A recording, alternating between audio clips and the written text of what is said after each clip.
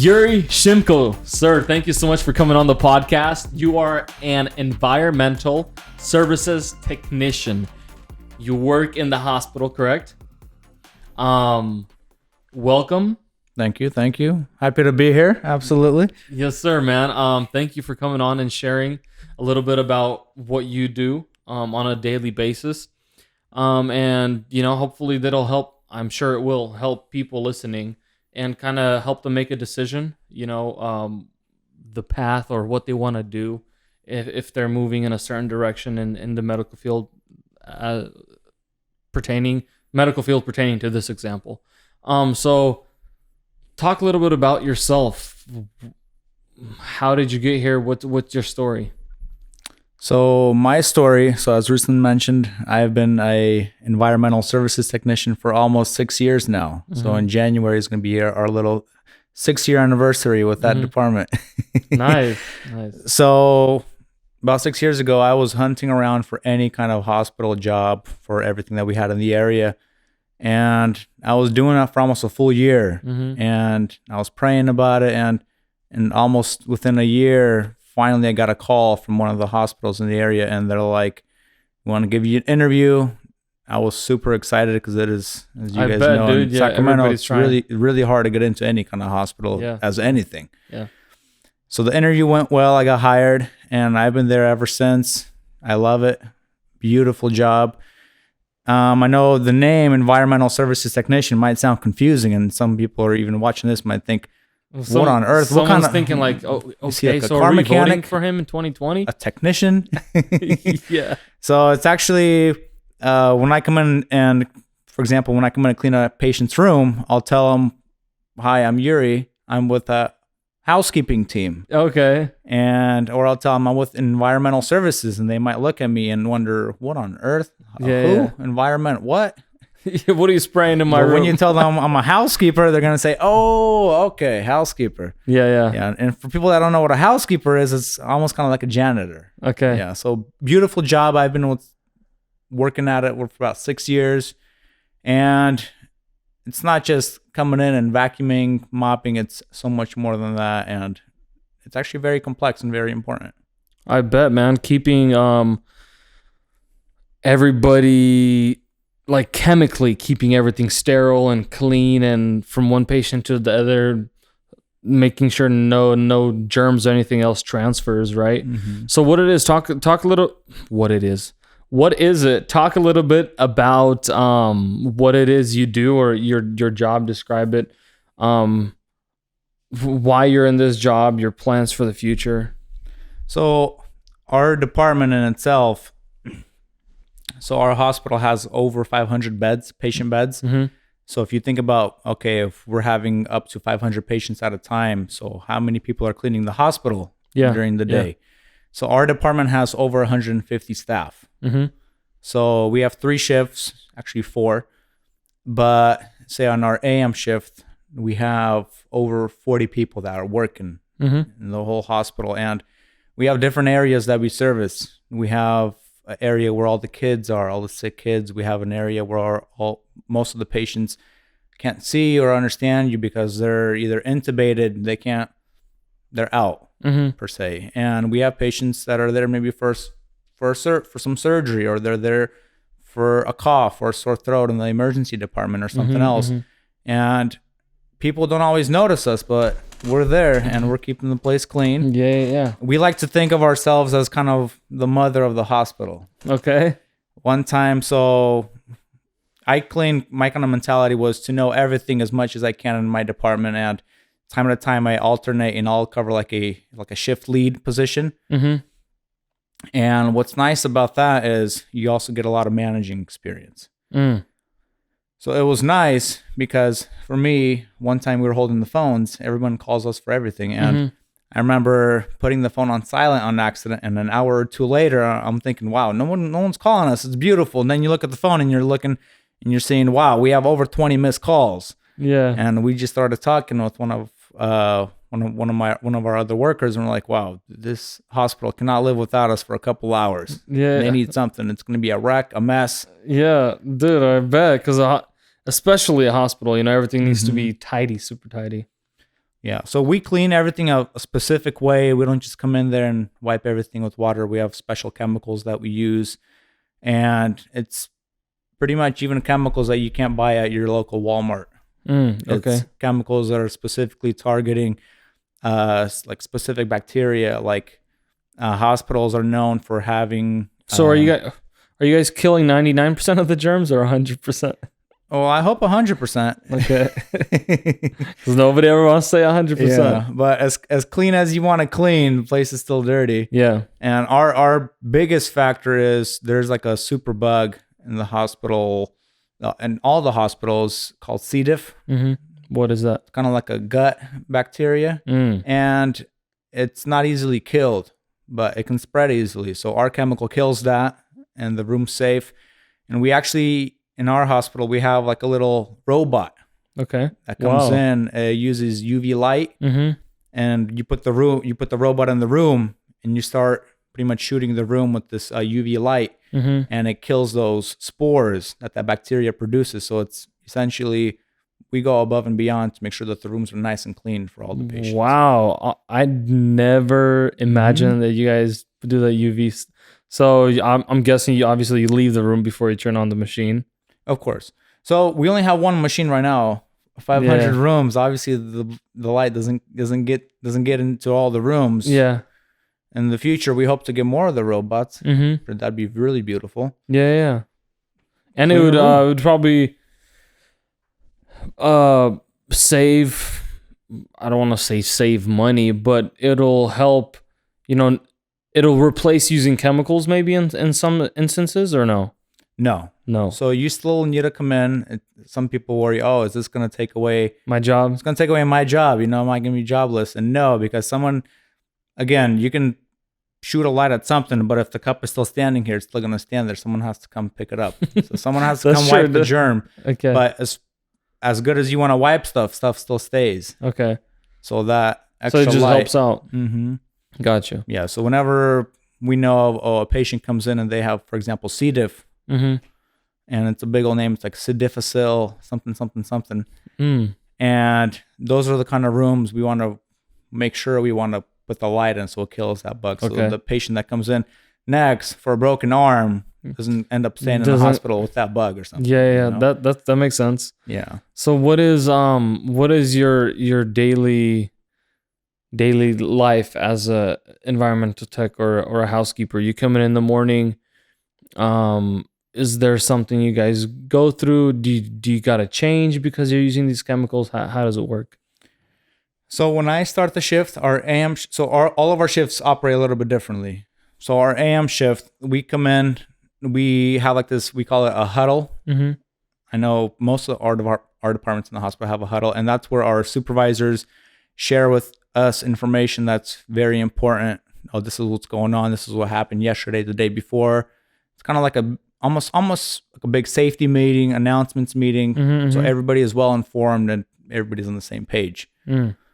So after that takes about 10 minutes. Then we get our supplies that we need for the day. And depending on where you're working, you know what you're going to need. Like if you're cleaning, say a surgical area, you're going to get the supplies, then you're going to go change. Because if you're cleaning a surgical area, you can't just go in your normal. So by surgical area, you mean, okay, so this is obviously not a patient room. You're cleaning like a surgery room where they just had a surgery? Oh, okay. So I know most hospitals, they have housekeepers that service even the surgery suites. But we have 2 surgical areas that we service. It's called a cardiac cath lab, where they do a lot of procedures in the heart. And it's called, another place is called interventional radiology. That's more like smaller procedures. They'll go in to like remove a tumor, or if somebody has like some kind of abscess, they'll remove that. And so depending on where you're working, if you're working with the patients, you're going to go up there, get your cart ready, and then start cleaning it. We pull the trash, the dirty laundry that's in the room. Maybe the patient has some sort of biohazardous waste, like the red bins that people might see in the hospitals. All of that gets pulled, and then everything has to be treated specifically. Like even when you're pulling the trash, you can't mix it with the biohazardous waste, with the laundry. All of that has to be transported separate. and it can't even stay at the facility for more than 24 hours. Wow. That's how important it is. As you guys know, California has a lot of laws, and those are really good laws to make sure none of the infections To stay. protect the patients. Well, Yeah. and the employees of the hospital. Mm-hmm. Okay. And then we start cleaning all the rooms. Mhm. Obviously, the same stuff is not used in the same room. Everything's kind of one-time use. Mhm. We use these cloths to wipe everything down. We start with the patient first. We wipe around the room. The bathroom gets cleaned last. Then we mop the floor, and we use reusable cloths and reusable mop heads, we call them. Right. And those are only one patient use. Mhm. Then we have like these little dirty bins. We put them in there, and then everything gets washed with the right temperature, hot water, bleach, detergent. Mhm. So everything is nice and clean. So the next day someone else can use it. Okay. And it's perfect. Yeah. Okay. And that's almost the whole day, 8 hours of cleaning. Man, dude. So your wife probably either loves it or hates it. You come home and you probably help her clean, I'm guessing. Absolutely, of course. Nice, dude. Good job. That's funny. I remember growing up, my dad used to work at a pizza place, Mm-hmm. and we were kids and we're like, Dad, how come you don't wash the dishes? You don't know how to wash the dishes? And he's like, I wash the dishes all day at the pizza place. And that was funny. It was actually my first job, Papa John's. So I got a little bit of taste of that, which was interesting. Anyways, back to you. Mm-hmm. So your day consists of coming in, getting clocked in, cleaning. So it's only 8-hour days. I know some hospitals have for different positions. There's 8-hour days, 12-hour days, all that other stuff. How does that work? You guys work a lot of OT or no? We rarely have overtime. We have everything scheduled out pretty nicely. Even if we're a little short staff, we manage around it. So yeah, 8-hour shifts, and trust me, after working an 8-hour shift, you don't really want to stay overtime. I can imagine. So how does are there like, is it all day shift, night shift as well? Are there 3 shifts? How do the shifts work? So our AM shift is where we consist mostly of all the staff. Then our PM shift, they have a little bit less staff. So on our day shift, we come in and we clean every single patient room. Then when our PM shift comes in and we have kind of a mid shift, so I start say 7 a.m., then our mid shift comes in at 11, and the mid shift helps with any patients that are going home. So after they go home, that room gets fully cleaned. It's about a 45-minute clean. If the patient has like a transmittable disease, that room's cleaned for over an hour. It's even longer because we clean all the walls, the ceiling, everything that you can wipe gets wiped. Wow.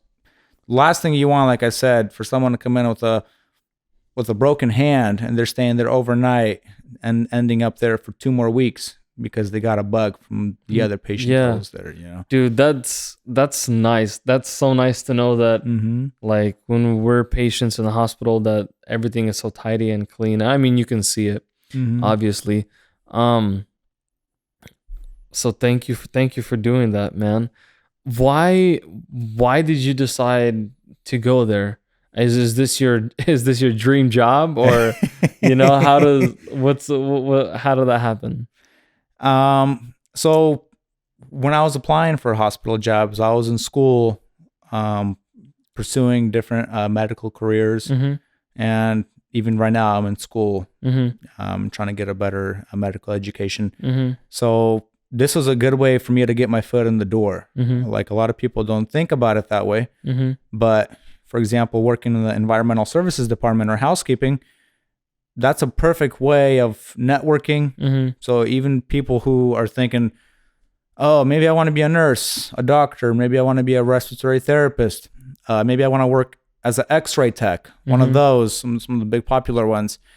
And sadly, they'll go to school and they'll go through all this general education stuff. And then when they're in the program, as soon as they meet a patient that yells at them, they drop out because, oh no, this is too stressful. Yeah. So to me, I'm kind of like, oh man, I wish you would have volunteered at the hospital or even started at some kind of entry-level position and you could have got exposed to it.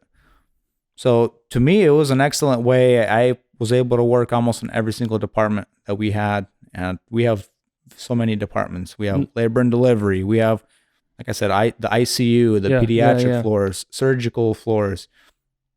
And it's a good way of seeing how everybody functions. You see, if you want to be a nurse, you see how the nurses work. You can kind of bug them, ask them, oh, what are you doing there? And if they're nice, they'll show you, they'll tell you. Yeah. And it's a good way of you to see, oh, is this something you want to do or not? That's very wise, man. I know, like you said, it was tough to get the job, but once you got it, I definitely understand, and I would agree with you that it's a great way to see kind of the inside of a hospital, how things function, the different careers, the different positions inside the hospital, like you said, nursing, X-ray techs, whatever, whatever else, surgery techs, whatever there is. That's awesome. So why did you choose to go to the medical field? Is that something you love, or is something you like? You don't love it? Do you have any other passions, or why the medical field? I think it's something, absolutely. I love it. I like having that interaction with the patients. It's also a big kind of team effort. You're working as a team in the various departments. And it's nice that at the end of the day, you know that you impacted someone's life, even by bringing maybe the spouse of some patient that's there a cup of coffee, and you see how happy they got. Yeah. You came in, they're maybe a little moody, a little under the weather. Yeah. And obviously it's understandable. They're family members in the hospital. And then you were nice enough to maybe offer them some water, some coffee, and you're leaving the room and they're so happy that you could impact their life, So it's a good way to impact someone's life, help their life, and just see how well they change. That's awesome. You talked a little bit about, you said it took you about a year to get this job. You were applying, waiting for an interview. Let's talk a little bit about the how can I part, right? Some people are either in school for nursing or in school for X-ray tech, and they need a job and they want to expose themselves. Or maybe there's somebody's like, I love that job. That's sounds like the fit for me, and I want to do that. Where can they start? What do they need to start? So look around our city. Look at what hospitals we have. Go on their websites. Look what positions they have posted. And anything that's pretty much entry level, like environmental services, you don't need a degree to be a housekeeper. But you can get degrees within that department. Like at one point, I was a certified executive housekeeper. Believe it or not. Yeah. That's dang, sir. Thank you, sir. So like those kind of positions, those are good to get you into higher management positions. Yeah, okay. Yeah, like in our department. I mean, good. Obviously, you probably want to have good people skills and all that stuff. Absolutely. Say the question again. So I lost my train of thought. No. The train drove away, man. People are looking at getting into the position. Yes. And so besides applying, I know a lot of managers, they like when you come in and you kind of show your face. Imagine, I remember when I applied to my position, one of the people that was working there told me, oh, we get over 300 applicants for the positions. And why they chose my position to look at, I don't know. There wasn't someone that went and said a nice word about me, nothing like that. I don't know anybody at the hospital that I work at now. Yeah. And I think it was all prayer and God. But you can also come in, drop off your resume. Of course, some managers don't like that. They might tell you, go home, apply online. I don't want to talk to you. Yeah. But then there are those managers that do want to talk to you. Out of the 300 applications that they get, and Ruslan was the only one that came in and showed his face, they're going to say, oh, wow, I like how Ruslan acted in front of me. I like how he presented himself. Why should I keep looking through the 300 applications when Ruslan's the perfect fit? Right. Okay, so where do I find a manager? I go to the ER department. I mean, I honestly, like, if I'm trying to get this job, I go into the hospital. I'm trying to find the EVS manager. Where can I find him? Do they have an office somewhere? So usually, like at the front desk when you come in. I hope the managers aren't getting mad. There's about to be like lines in front of the office. Right. Yeah, usually in our department, we encourage them to apply online, and then recruiting kind of sorts through the applications to see who's qualified, who's not. But that's our department, Yeah. Every other departments might think the same, but again, some do like seeing the face come in. Yeah. And I understand you're busy at work. it's not the easiest, because trust me, we have people coming in all the time, and they'll, oh, I'm so and so and so, and you're in the middle of something big, and it's hard to make time to go talk to this person because they're interested. So you said you don't need a degree. Are they looking for experience? Do you want to maybe, obviously you want to be better on your English. So say maybe someone like you that's going for nursing or X-ray tech, but they want this job.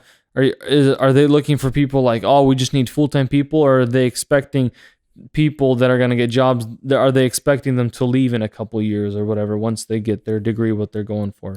So I don't know about the other hospitals, but I know for my hospital, the supervisors, they want to see you succeed. Mm-hmm. They don't get upset when you come work for our department for 2 years, and then I'm moving up to a better position. No, they're going to cheer you on. If you're a stellar employee, if you're always on time, you're helping out, they can tell that you're making a difference. Yeah. They're going to work with you. They're going to try to work with your schedule, your school schedule, just to get where you want to get. And if you ask, they might even network with some of the other managers and say, hey, Ruslan's excellent. Perfect attitude, excellent personality. You guys should hire him. He's in school for this. Okay. So you mentioned school, which is actually a very important topic, because say you have a schedule, right? And but also you're going to school. How does the schedule affect your school? How easy is it for them to work, or for you to work around your schedule? So it depends what position you're in. So obviously, if you're a full-timer working 5 days a week, you're not just going to tell them, oh, I'm going to go to school 5 days a week, but keep my full-time position. Right. That's not full-time. That's not going to work, because someone has to clean the hospital. Yeah. But our department's kind of like an open door. People come and go all the time. And if you see like a shorter hour position come up, apply for it, let them know I'm going to go to school. Okay. Can I have this shorter hour position? I can work 3 days a week for you. I can work 2 days a week for you with this position, for example. And if that meets that position's requirements, they'll normally try their best to work around your schedule. Okay, cool. And what are obviously the benefits are different from part-time to full-time. Say I get a full-time position, what are the benefits that the hospital offers? Obviously every hospital offers something different. But is there like maybe insurance for the family, stuff like that? So the place that I work for, they do offer like medical insurance, vision, dental. So all full-time positions have that. And then part-time positions that meet a certain amount of hour. I believe it's either working 40 or 48 hours every 2 weeks. That can meet those benefits for you and for your family. And then there's a whole bunch of other benefits that they give too. Okay. Besides those. So, okay, I just thought of this question. After you clean, do you change before you go home? Or are you bringing all these germs home? Or are you changing in the garage before you walk in the house? Because that's a lot of stuff on you. Right? Yeah. So we do have, some people do change. Okay. And I don't know what I don't know what they do with their clothes. Yeah. They're probably sticking it in their backpack or their bag or something. Yeah. I changed in the garage. I don't like bringing anything in the house. Yeah. Okay, that makes sense. Yeah, I keep the family safe. Yeah. Okay. That's about all the questions I have for you. Besides, so we covered school. You're going to school. We covered what your daily your daily thing looks like. Do you have any interesting like stories or maybe experiences that you've had either with patients or with anything else? Oh, a lot. A lot. Can you share them or any of them? Of course. So like I said in the beginning, so our EVS department exposes you to a lot. And that kind of puts you on the spot. If you say you want to do nursing, and do you want to do nursing after you run into some of the situations that, for example, I ran into? Like one time we got a call, the emergency room, there was legitly a pool of blood on the floor. Wow. And hold up, is legitly a word? Legitimately. Okay. And there was a pool of blood. Wow. And if you're wondering, oh, can I handle this or not? That's an excellent way to check if you're ready or not. Because yeah, dude. as soon as you come in that room, that strong smell of iron is in your face. Yeah. Like, for example, if you cut your finger and you're licking your blood, that strong taste, this is all in your face when you come into that room. It's crazy. So that I remember. And that was... So what do you do? I mean, hard. do you dress up? You put on some special clothes? What do you start wiping it with? Absolutely. So our cleaning chemicals, they kill any bacteria that's maybe even in the blood. Okay. Obviously, if it's in the emergency room or anywhere else, we do want to take all the necessary precautions. We have special suits that we can put on, special gowns that we can put on, mask, covers for your shoes, everything that's going to keep yourself safe, because you don't know if this patient with all this pool of blood has HIV, anything else that's pretty bad. Yes, and exactly. Of course, you want to take everything necessary to protect all the necessary precautions to protect yourself. Dude, that's crazy. Because I'm thinking like animal blood, right? I've worked with like animals, fish, whatever, ducks. I mean, that's blood, but people blood and a pool of blood, that's a very different. That's very different. So you put into the biohazard basket. What do you guys sweep it up with? I mean, if there's a pool of blood on the floor, a big old pile of blood, how do you start? With a mop? With a mop? With our mops, you try to pick up as much of it as you can. Yeah. And after a couple mops, everything picks up. It starts cleaning up. You're not going to pick it up with one mop. Yeah. Awesome, dude. Well, thank you so much, sir, for coming on. Honestly, I remember back in the day when I thought I wanted to do medical, I was applying for a lot of these positions. I don't want to say for years because I don't remember how long I was applying for them. But good luck to everybody out there that's trying. Definitely good luck. And again, thank you so much for sharing. And if you guys are listening or watching, make sure to subscribe right here. And below you'll see 2 videos. Check them out. See what other careers you guys might be interested in. Like, share. Thank you so much.